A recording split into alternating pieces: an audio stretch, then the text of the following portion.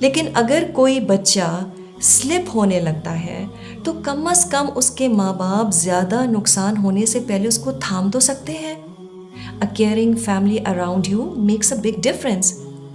کچھ لوگ خود ری لوکیٹ کرتے ہیں تاکہ وہ بچے کو وہ گھر کا ماحول وہاں پہ دے سکیں. اور ہم یہاں ان بچوں کی تو بات بھی نہیں کر رہے جو پلے بڑے ہی ویسٹ میں ہوئے ہیں اپنے گھر والوں کے ساتھ. اینڈ انڈاؤٹیڈلی کچھ علاقے وہاں کے ہم سے بہتر ہیں دینی پریکٹسز میں.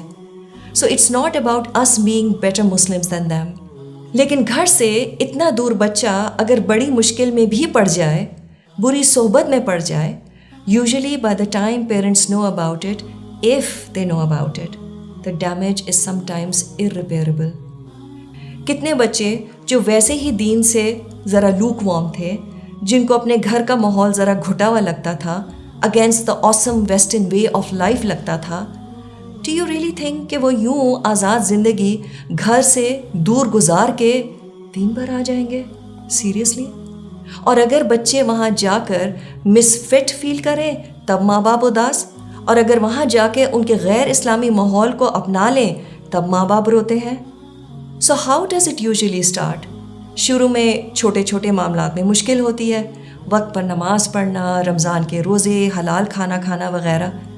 لیکن جب وہ جگہ آپ کا سیکنڈ ہوم بن جاتا ہے تو آہستہ آہستہ ایک ایک کر کے چیزیں ہاتھ سے چھوٹنے لگتی ہیں, اور بس وہاں انسان جا کر رک جاتا ہے جہاں وہ خود نہیں, اس کے ماں باپ نہیں, بلکہ اللہ روک دے, اس پر رحم کر دے. And by the way, there are Muslims who became atheists in their late teens and 20s. And you know why?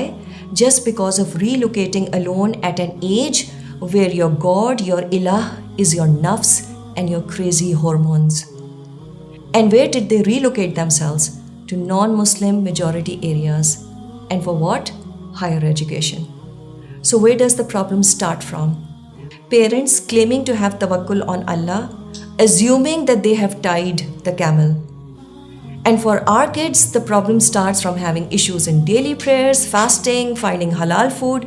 شروع میں تو پھر بھی اماں ابا کا سبق اور نصیحت یاد رہتی ہے, کچھ ہوم سک بھی ہوتے ہیں, لیکن پھر آہستہ آہستہ ایک ایک کر کے چیزیں چھوٹنے لگتی ہیں, until their relocation becomes a severe fitna for their iman. Now having said that, this won't be the case with everyone. دو طرح کے ماں باپ ایسے ہیں جو اس فیصلے کو صحیح سمجھیں گے, and rightly so.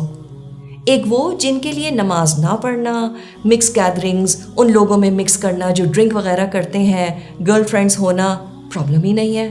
They feel it's a phase and it will pass. اور اگر کچھ ویسٹ کی چیزیں اپنا بھی لیں تو it's cool, no sweet, this is all part of the big game.